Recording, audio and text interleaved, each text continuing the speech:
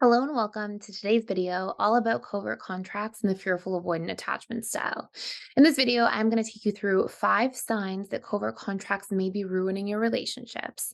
And stay tuned for the last one because the last one is the most important.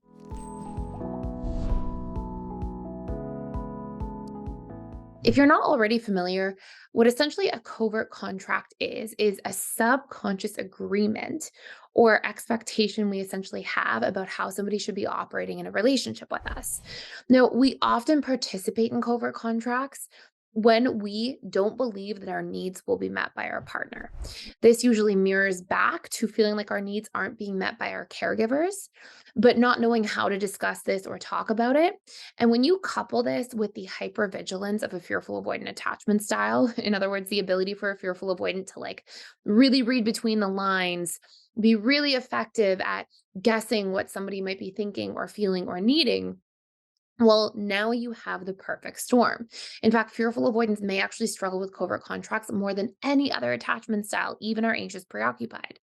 So, what essentially will happen when somebody's operating under a covert contract is they will do something for you.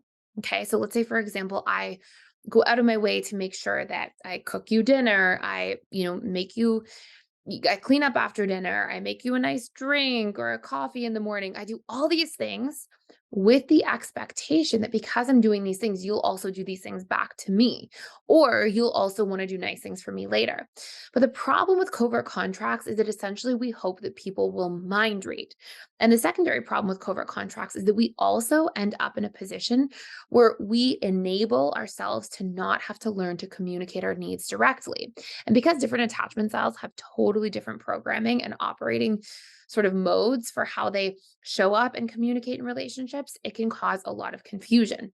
An example of this would be if you have a fearful avoidant operating under covert contracts with a dismissive avoidant who literally expects their partner to communicate what they need very literally and in a very clear way. And a fearful avoidant basically expects that if they do all these nice things for the DA partner, that the DA partner will just return the favor.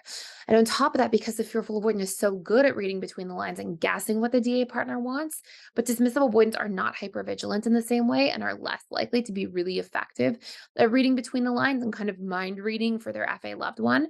Well, now you've got a perfect storm where it's going to end up in chaos.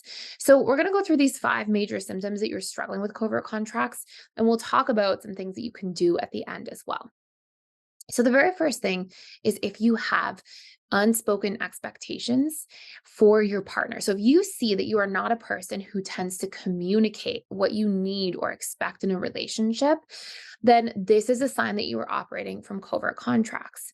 Number two, if you also are in a position where you don't think you should have to communicate and that your partner should know, if you even hear yourself saying things like, well, if they love me enough, they would know better. Or if they love me enough, they would just show up differently. This is a sign that covert contracts are at play. Because the reality is, even if somebody loves us so much, they are not necessarily going to mind read. Now, a different conversation would be if you consistently communicate your needs, see your needs through, remind your partner or loved one of their needs, and they don't show up. Well, now that's a talk about, hey, am I even in the right relationship?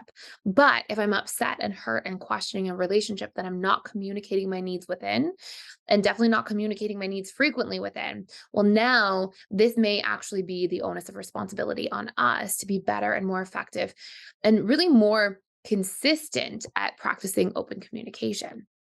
Number three, if you see that you are really struggling with resentment in relationships, this is a sign that you're probably operating from covert contracts as well, because resentment, as a general rule, is usually rooted in an unmet need or set of unmet needs combined with a lack of communication.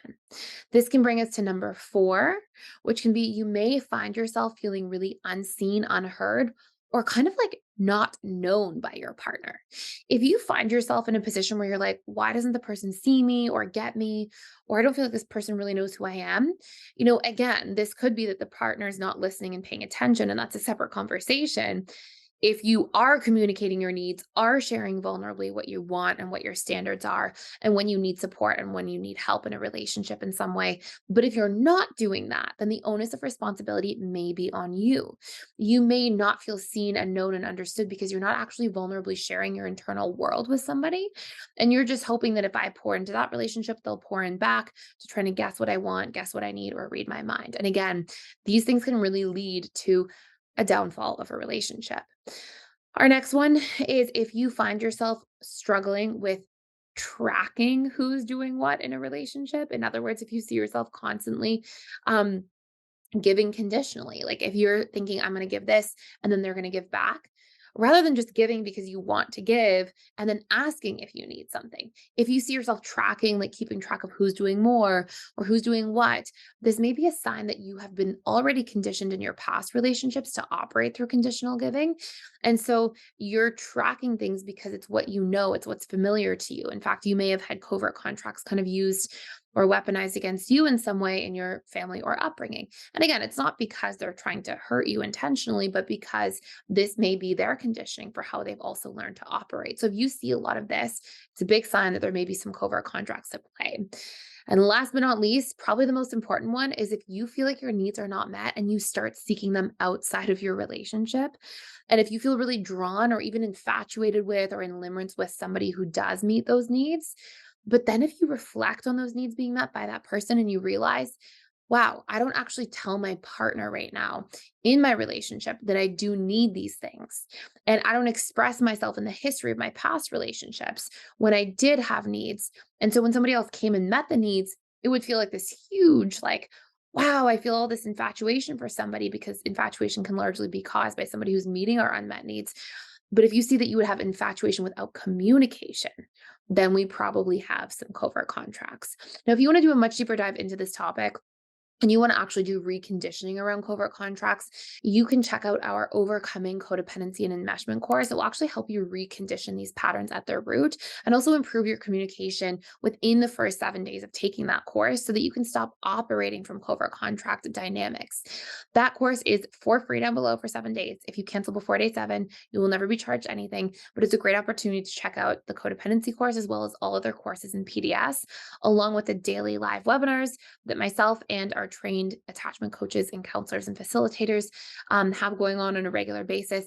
Also, along with the daily social events, if you want to connect to like minded people who are also working on themselves, improving the quality of their lives and their relationships, and care about personal growth and healing. So, I have some exciting news, which is that we are doing $1,000 off of our lifetime membership sale to the Personal Development School, which means you get access to literally everything at PDS for your entire rest of your life. Essentially, that entails all of our different courses you have lifetime access to. I do 4 live webinars a week, every single week. You can access them ongoing, and you get access to all of our daily community events. So I'd love to see you on the other side, and you can access it by using the link in the description box below. And if you're enjoying this video or this channel, please consider hitting the thumbs up button down below. I would super appreciate it. And if you hit the notification bell, you won't miss any of our daily videos because we put them out every single day, all about attachment theory, integrated attachment theory, the subconscious mind, and healing relationships. Thank you so much for watching. Let me know any other questions you have down below, and I can't wait to see you in future videos.